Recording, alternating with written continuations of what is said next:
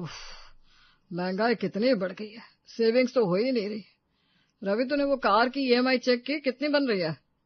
पापा ईएमआई थोड़ी ज्यादा है, डाउन पेमेंट थोड़ा और होता तो मंथली बर्डन कम हो जाता, पर अभी हमारे पास एक्स्ट्रा कैश भी नहीं है। अरे कैश कहाँ से आएगा, घर का खर्चा ही इतना है, ऊपर से वो ऊपर वाला फ्लोर कब से खाली पड़ा है, धूल जमा हो रही है बस। हाँ मम्मी जी, मैं भी यही सोच रही थी, अगर हम उसे रेंट पर दे दे तो अच्छी खासी साइड इनकम हो जाएगी, कम से कम मेरी शॉपिंग, मेरा मतलब है घर के छोटे मोटे खर्चे तो निकल ही जाएंगे। बात तो सही है काजल, मैंने ब्रोकर को बोल रखा है पर कोई ढंग का टेनेंट मिल ही नहीं रहा। कोई कहता है किराया ज्यादा है, किसी को पसंद नहीं आता। पापा अब थोड़ा रेंट कम कर दो ना, खाली रखने से तो अच्छा है कुछ तो है। अरे रेंट कम कैसे कर दूं, प्राइम लोकेशन है अपनी, मार्केट पास है, मेट्रो पास है, सस्ते में क्यों दूं? हमें थोड़ा ओपन माइंडेड होना पड़ेगा, वैसे भी ऊपर का रास्ता अलग है, हमारा उनसे क्या लेना देना, बस रेंट टाइम पर आ जाए। एक्जेक्टली। अभी सब बैठकर बातें कर रहे थे कि अचानक डोरबेल बजी। काजल ने जाकर दरवाजा खोला। सामने एक बहुत ही लंबा चौड़ा आदमी खड़ा था। उसने ब्लैक लेदर जैकेट पहनी थी और आंखों पर डार्क सनग्लासेस थे। वो दिखने में किसी बाउंसर या विलन जैसा लग रहा था। जी, किससे मिलना है? मकान मालिक से, रेंट के लिए। जी भाई साहब, आइए ना, अंदर आइए। अब रॉकी अंदर आता है। वो बिना किसी को नमस्ते किए सीधा सोफे के सामने खड़ा हो जाता है। बैठिए ना। वो आप कमरे के लिए आए हैं? मुझे बैठने का शौक नहीं है, काम की बात करते हैं। मुझे आपको ऊपर वाला कमरा चाहिए 1 महीने के लिए। सिर्फ 1 महीने? सर हम तो लॉन्ग टर्म के लिए देख रहे थे, 11 महीने का एग्रीमेंट होता है कम से कम। रॉकी पॉकेट से पैसे निकालकर देते हुए कहता है, ये 50,000 है एडवांस, रेंट का डबल है। 1 महीना रहूंगा फिर चला जाऊंगा, बिजली पानी सब इसमें कवर हो जाएगा, मंजूर है? बाकी बचे पैसे मुझे जाते वक्त दे देना। पैसों की गड्डी देखकर केदारनाथ की आंखें चमक उठी। किराया, वो भी एडवांस में? अब तक लालच ने डर को दबा दिया था। अरे 50,000, ये तो बहुत है। मेरा मतलब है ठीक है, हमें मंजूर है, आपका जो भी होगा काट कर हम आपको दे देंगे। बेटा तुम्हारा नाम क्या है और करते क्या हो? फैमिली है या अकेले हो पुलिस वेरिफिकेशन के लिए? नाम रॉकी हूँ, अकेला हूँ, और क्या करता हूँ ये ना पूछो तो बेहतर है। मेरी सिर्फ एक शर्त है। जी, कैसी शर्त? प्राइवेसी। मैं जब तक ऊपर रहूंगा मुझे कोई डिस्टर्ब नहीं करेगा, न सफाई के लिए न हालचाल पूछने के लिए। मैं अपने कमरे में क्या करता हूँ, किससे मिलता हूँ, क्या लाता हूँ, इससे आपको कोई मतलब नहीं होना चाहिए। रॉकी की बात सुनकर काजल थोड़ा घबरा गई। उसने केदारनाथ से कहा, पापा जी ये थोड़ा अजीब नहीं लग रहा? हमें आईडी प्रूफ वगैरह ले लेना चाहिए। ये लो आईडी, ये लो कैश, दो मुझे चाबी, मुझे अभी शिफ्ट होना है, मेरे पास टाइम वेस्ट करने के लिए नहीं है। अरे काजल, क्या पूछताछ कर रही हो? जेंटलमैन है, बस शांति चाहते हैं। आजकल के क्रिएटिव लोग ऐसे ही होते हैं। ये लीजिए चाबी भाई साहब, आप बेफिक्र रहिए, ऊपर कोई नहीं आएगा, हम तो वैसे भी अपने काम में बिजी रहते हैं। गुड, याद रखना कोई डिस्टर्बेंस नहीं। ऐसा कहकर रॉकी ने अपना भारी बैग उठाया और सीढ़ियों की तरफ बढ़ गया। तब रवि ने केदारनाथ से कहा, पापा यह आदमी डेंजरस लग रहा है, आपने हाँ क्यों कर दी? अरे बेटा, 50,000 के लिए तो मैं भूत को भी कमरा दे दूं। 1 महीने की तो बात है, वो अपने कमरे में रहे, हम अपने, हमें क्या। चल, तेरी कार की डाउन पेमेंट का जुगाड़ हो गया। अब रात हो चुकी थी। केदारनाथ ने पूरे परिवार के साथ डिनर किया, फिर सभी अपने अपने कमरे में सोने चले गए। कमरे में जाकर रवि लैपटॉप पर कुछ देख रहा था, तभी काजल ने उसे कहा, रवि मुझे ना ये रॉकी बिल्कुल ठीक नहीं लगा। आपने देखा उसका एटीट्यूड? और वो बैग कितना भारी था, पता नहीं क्या था उसमें। काजल, तुम क्राइम पेट्रोल देखना बंद कर दो। अरे जिम का सामान होगा, बॉडी बिल्डर टाइप लगता है वो, प्रोटीन के डब्बे होंगे, तुम बस रिलैक्स करो। नहीं रवि, मुझे नेगेटिव वाइब्स आ रही है। उसने काला चश्मा क्यों पहना था शाम को? तभी अचानक ऊपर वाले फ्लोर से जोरदार आवाज आती है, जैसे कोई भारी चीज जमीन पर पटकी गई हो। अरे ये क्या था? कहा था ना मैंने, देखो ऊपर से ही आई है आवाज। तभी एक रोंगटे खड़े कर देने वाली चीख सुनाई देती है। नहीं, छोड़ मुझे, कहा ना छोड़ मुझे। चीख इतनी भयानक थी कि काजल ने डरकर रवि को पकड़ लिया। ये तो किसी की चिल्लाने की आवाज है, जैसे कोई उसे मार रहा हो। रवि, ये रॉकी खतरनाक है। रवि और काजल डरते डरते कमरे से बाहर निकलते हैं। हॉल में केदारनाथ और शर्मिला भी अपने कमरे से बाहर आ गए थे। सबके चेहरे की हवाइयां उड़ चुकी थी। केदारनाथ जी, सुना आपने? ऊपर कोई रो रहा है, बचाओ बचाओ की आवाज आ रही है। तभी फिर से चीखने की आवाज आती है। हाँ सुना, पर रॉकी तो अकेला था ना, फिर ये दूसरी आवाज किसकी है? आज तो तुझे खत्म करके ही दम लूंगा, बहुत तड़पाया तूने मुझे, मर मर साले। इसके बाद फिर से कुछ टूटने की आवाज आती है। पापा उसने किसी को मार दिया शायद, मर साले बोला उसने, हमें ऊपर जाकर देखना चाहिए। अरे पागल है क्या? उसने क्या बोला था, ऊपर कोई नहीं आएगा वरना अच्छा नहीं होगा। अगर वो सच में खूनी हुआ और हमने उसे देख लिया तो वो हमें भी नहीं छोड़ेगा। एक काम करते हैं, आज रात इग्नोर करते हैं, कल सुबह पता लगाने की कोशिश करेंगे। चलिए अब यहाँ सब साथ में ही सो जाते हैं, साथ रहेंगे तो डर कम लगेगा। हाँ रवि बिल्कुल सही कह रहा है। अब परिवार डर के मारे एक दूसरे के पास सिमट गया। किसी ने भी उस रात चैन की नींद नहीं ली। अगले दिन सुबह काजल आंगन में तुलसी के पौधे में पानी डाल रही थी, तभी उसने देखा रॉकी कहीं बाहर से आ रहा है। उसने डरते डरते रॉकी से कहा, हाय रॉकी जी, सब ठीक है ना ऊपर, कोई प्रॉब्लम तो नहीं? रॉकी रुकता है, धीरे से अपना सिर घुमाता है और अपने काले चश्मे के पीछे से काजल को घूरता है और आगे बढ़ जाता है। कितना रूड है, सीधा इग्नोर मार दिया, अजीब आदमी है। तभी गेट पर एक डिलीवरी बॉय बाइक रोकता है। उसके पास एक बड़ा सा प्लास्टिक का बैग है जो काफी भारी लग रहा था। मैडम ये रॉकी सर का पार्सल है। रॉकी ने जैसे ही आवाज सुनी वो लगभग दौड़ते हुए गेट पर आया। मैं रॉकी हूँ, पार्सल मुझे दो, किसी और को देने की जरूरत नहीं है। रॉकी ने वो भारी बैग एक हाथ से उठाया और जाने लगा। काजल को उस बैग से एक अजीब सी स्मेल आई। उफ, ये कैसी स्मेल है, जैसे कुछ सड़ रहा हो या कोई केमिकल। एक्सक्यूज मी, इसमें क्या है, स्मेल बहुत अजीब है। काम से काम रखो। ऐसा कहकर रॉकी ऊपर वाले कमरे में चला गया और दरवाजा बंद कर लिया। रवि जो दूर खड़ा ये सब देख रहा था वो काजल के पास आकर बोलने लगा। क्या हुआ काजल, क्या था उस बैग में? पता नहीं, रवि पर बहुत भारी था, शेप भी अजीब सा था और उसमें से ना किसी मरे हुए जानवर जैसी बू आ रही थी, जिसे शायद केमिकल से छुपाया गया हो। मुझे बहुत डर लग रहा है, कहीं वो बॉडी पार्ट्स तो नहीं थे। धीरे बोलो यार, ये बंदा सच में नॉर्मल नहीं है, हमें नजर रखनी होगी। रवि और काजल अब घर के अंदर आ चुके थे। दिन ऐसे ही दहशत में बीत गया। रात को पूरा परिवार डाइनिंग टेबल पर बैठा था। प्लेटों में खाना है पर कोई नहीं खा रहा, सबका ध्यान छत की तरफ था। खाना ठंडा हो रहा है, खा लो, जो होगा देखा जाएगा। खाया ही नहीं जा रहा है जी, ऊपर इतनी खामोशी है कि डर लग रहा है। कल रात वाली चीखें मेरे कानों में गूंज रही है। तभी अचानक ऊपर से धम धम करके चलने की तेज आवाजें आती है। फिर रॉकी की डरावनी आवाज गूंजती है। बोला था ना भागने की कोशिश मत करना, अब तो गया। आज मैं तेरा खून पी जाऊंगा, एक एक बूंद निचोड़ लूंगा, तड़पा तड़पा कर मारूंगा तुझे।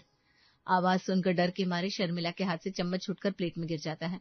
रवि की आंखें फटी की फटी रह जाती है। सुनिए पापा, ये कोई नॉर्मल लड़ाई नहीं है, ये साइको है, पक्का सीरियल किलर है। हो सकता है फोन पर किसी को धमकी दे रहा हो, रिकवरी एजेंट हो शायद। पापा रिकवरी एजेंट खून पीने की बात नहीं करते, और वो हंसना, वो किसी शैतान की तरह हंस रहा था। और कल वो भारी बैग, रवि उस बैग में शायद कोई इंसान था जिससे आज ये। काजल आगे बोल पाती तभी ऊपर से फिर से आवाज आती है, खच खच, जैसे कोई चाकू से कुछ काट रहा हो।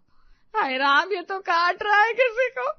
हमारे घर में कसाई खाना खोल लिया इसने जी, पुलिस को बुलाओ, पैसे भाड़ में जाए, जान बचानी है।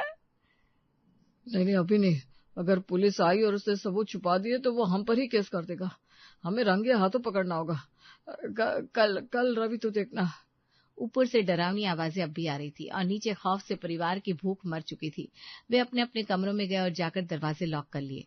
अगले दिन भर कोई आवाज नहीं आई। शाम को काजल रॉकी के बारे में सोचते हुए खाना बना रही थी और गलती से सब्जी में उसने नमक की जगह चीनी डाल दी। इस पर शर्मिला उस पर भड़क उठी। काजल ये क्या किया, सब्जी में नमक की जगह चीनी डाल दी, तुम्हारा दिमाग कहाँ रहता है? दिन भर बस मोबाइल और वो ऊपर वाला रोकी, घर के काम कौन देखेगा? मुझे नहीं पता, अब दोबारा बना। इतने साल हो गए खाना बनाते पर अकल नहीं है बिल्कुल। शर्मिला की तेज आवाज बाहर तक जा रही थी। तभी ठीक उसी वक्त अचानक रॉकी की दहाड़ती आवाज सुनाई दी। अरे बुढ़िया, बहुत शोर मचा रही है, बहुत जुबान चल रही तेरी। ये सुनकर शर्मिला एकदम चुप हो जाती है, उसका चेहरा सफेद पड़ जाता है। रॉकी आगे कहता है, आज तेरा काम तमाम करना ही पड़ेगा। कल वाले का हाल देखा था ना, आज तेरी बारी है, बस 5 मिनट रुक, अभी आता हूँ तेरा खेल खत्म करने। अब तो शर्मिला के पैरों तले जमीन खिसक जाती है, वो थर थर कांपने लगती है। काजल, उसने सुना, वो मुझे मारने आ रहा है, उसने मुझे बुढ़िया बोला, वो कह रहा है आज तेरी बारी है। मम्मी जी शांत हो जाइए, शायद वो किसी और से। अरे घर में और कौन बुढ़िया है, मैंने शोर मचाया और वो चिढ़ गया। उसने कहा था ना शांति चाहिए। हे भगवान, ये यमराज ऊपर बैठा है। काजल दरवाजा बंद कर कुंडी लगा, रवि को बोला, वो नीचे आ रहा है। शर्मिला भागकर हॉल में जाती है और सोफे के पीछे छुप जाती है। काजल भी डर के मारे किचन का दरवाजा लॉक कर देती है। अब तो रोज दहशत में ही उनके दिन कट रहे थे। एक दिन रवि ने हिम्मत जुटाई और वो हाथ में एक क्रिकेट बैट लेकर दबे पांव सीढ़ियां चढ़ने लगा। उसका दिल जोर से धड़क रहा था। चल रवि, आज तो पता करके ही रहूंगा। अगर ये कोई खूनी है तो पुलिस को सबूत देना पड़ेगा। रवि रॉकी के दरवाजे के पास पहुंचता है। दरवाजा अंदर से लॉक है, अंदर लाइट जल रही है। रवि झुककर की हॉल से झांकने की कोशिश करता है। उससे जो दिखता है उससे उसके पसीने छूट जाते हैं। ओह माय गॉड, ये क्या?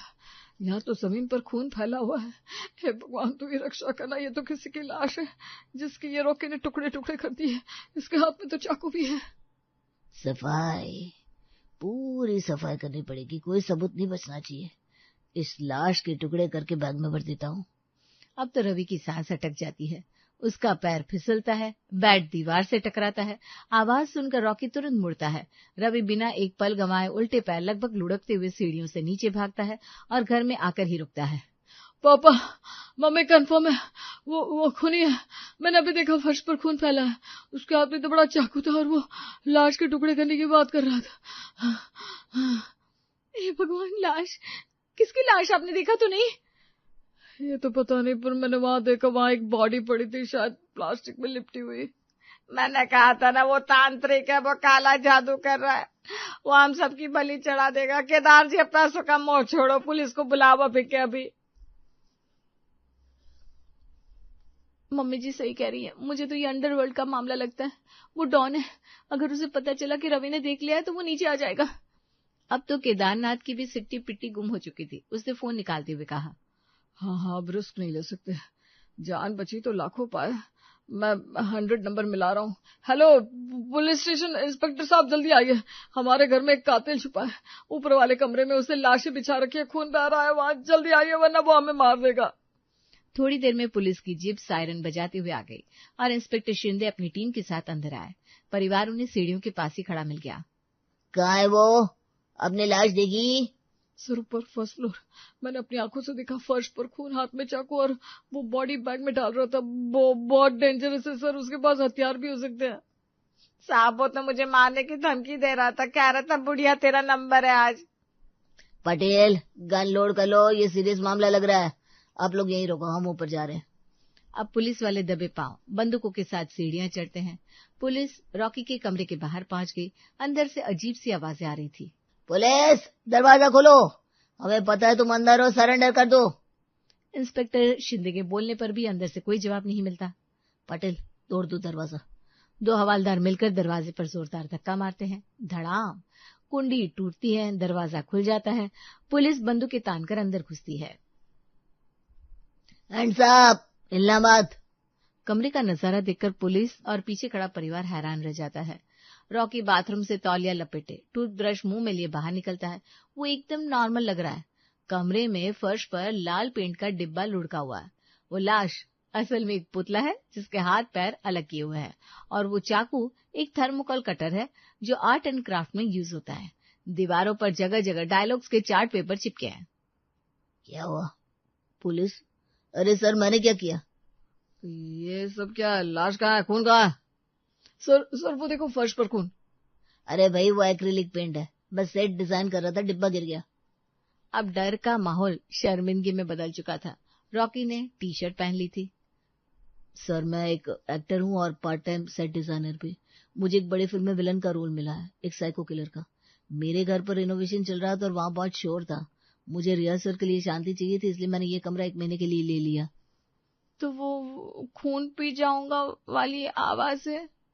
मैडम, ये डायलॉग्स है, मुझे तेज आवाज में प्रैक्टिस करनी पड़ती है ताकि वॉइस मॉड्यूलेशन सही आए। अरे वो बुढ़िया तो मुझे कहा था ना। वो बुढ़िया वाला डायलॉग, वो तो मेरे स्क्रिप्ट का हिस्सा है। सीन में मैं अपनी सौतेली माँ को धमका रहा था। आंटी जी, आपको क्या लगा मैं आपको बोल रहा हूँ? हाँ बेटा, वो उसी टाइम मैं नीचे चिल्ला रही थी तो लगा। और वो बॉडी जो तुम बोरे में लाए थे? अरे कौन सी बॉडी? वो ये तो डमी है, शूटिंग के लिए चाहिए थे। मुझे इसे पेंट करके लाश जैसा लुक देना था, वही तो कर रहा था जब तुमने झांक कर देखा। कमाल करते हो केदार जी, किराएदार रखा और उसे आतंकवादी समझ लिया। कम से कम पूछ तो लेते एक बार, पुलिस का टाइम वेस्ट कर दिया। माफ कर दो साहब, वो इसकी हरकतों ने डरा दिया था। काला चश्मा, वो एटीट्यूड। काला चश्मा इसलिए क्योंकि मेरी आंख में इन्फेक्शन हो गया था, लाइट चुभ रही थी, और एटीट्यूड वो तो कैरेक्टर में रहने के लिए था। Method acting sir. चलो कोई क्राइम नहीं हुआ रॉकी भाई, अगली बार रिहर्सल थोड़ी धीमी आवाज में करना, वरना ये लोग हार्ट अटैक से मर जाएंगे। ऐसा कहकर इंस्पेक्टर शिंदे और पुलिस चली जाती है और घर वाले सिर झुकाए खड़े रहते हैं। वैसे अंकल जी एक्टिंग अच्छी थी ना मेरी? आप लोग सच में डर गए, मतलब मैं रोल के लिए तैयार हूँ। हाँ भैया, ऑस्कर मिलेगा तुझे, हमने तो यमराज समझ लिया था। सॉरी रॉकी जी, हमने बहुत गलत समझा। अरे कोई नहीं, मेरा महीना वैसे भी खत्म होने वाला है, शूटिंग परसों से है, पर अगली बार किसी को जज करने से पहले दरवाजा खटखटा लेना, तोड़ने की जरूरत नहीं पड़ेगी। इतना कहकर रॉकी आंख मारता है और अपना गेट बंद कर लेता है। परिवार वाले एक दूसरे को देखते हैं और फिर अपनी बेवकूफी पर हंसने लगते हैं।